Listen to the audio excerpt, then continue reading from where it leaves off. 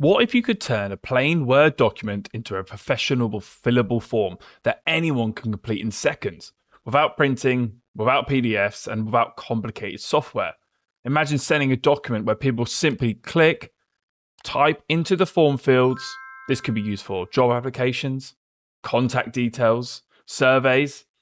Everything becomes cleaner and easier. And the best part is you can build this directly into Microsoft Word using a hidden feature, the developer tool, and the rich text content control. In this video, I'm going to show you exactly how to do this. Let's build one together. In my example, I've created a contact details collection form. It asks for the person's name, email address, and number. And I've included 4 separate content areas or fillable fields. One for their name, and it even tells you enter your full name here, and for your email address, and your phone number. To get started, we need to create a new blank document. Think of this as like designing a digital form. But here's the twist. The tools we need are hidden by default. So how do we unlock them? We need to go to File and then Options. And from here, we need to go down to the Customize ribbon. And we're going to be looking at the Customize ribbon section here. Scroll down to the bottom. Now for you, this developer will be unticked. Mine's ticked and that's fine. So make sure it's ticked. And when you've done that, select OK. You will know that you've enabled it. It's because you'll notice it at the top of your ribbon. Now that you've enabled your developer tool, we can actually get started in creating our fillable document. To begin with, I'm just going to input some labels in my document, like name, email, and address.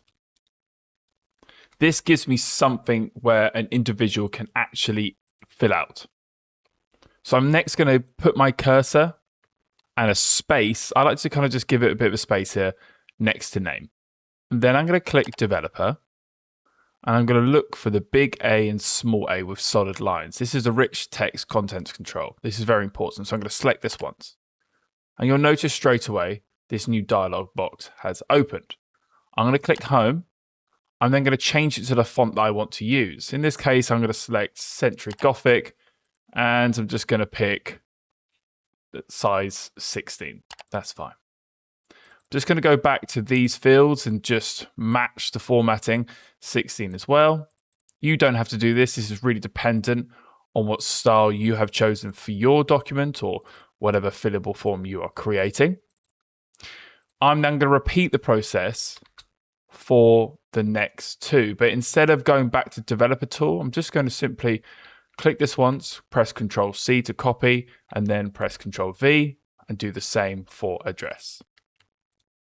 In basic terms, when anyone opens this document, they can select inside the content and just type in their name, their email address, or their address. But what if you want to guide the user on what to enter? So, for example, here we could have enter your full name here. Maybe they'll put their first name instead, but actually we need their full complete name. To do this, we need to access the properties of that content. So I'm just going to left click it. Click developer, and I'm going to find properties. Click that once. So in order to add in enter your full name here, I'm going to be using the title section. So this is simply the information that the person will read. It's temporary. So once they start typing, this information will disappear. Tags is a way that you can organize these contents. It's not suitable for what I'm showing you here.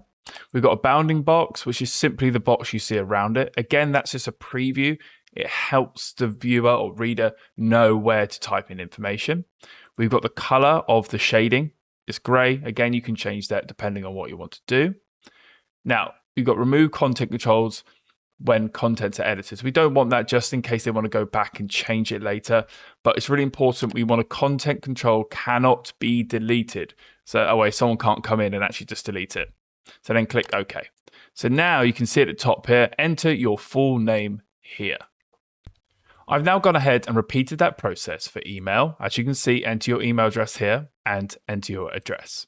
Now, what if we want to make sure that the viewer or editor of this email can't remove or edit information such as name, email, or address. We only want them to input within these fields. So how do we do this? So there's a simple solution to this. Select developer, and we're going to identify restrict editing.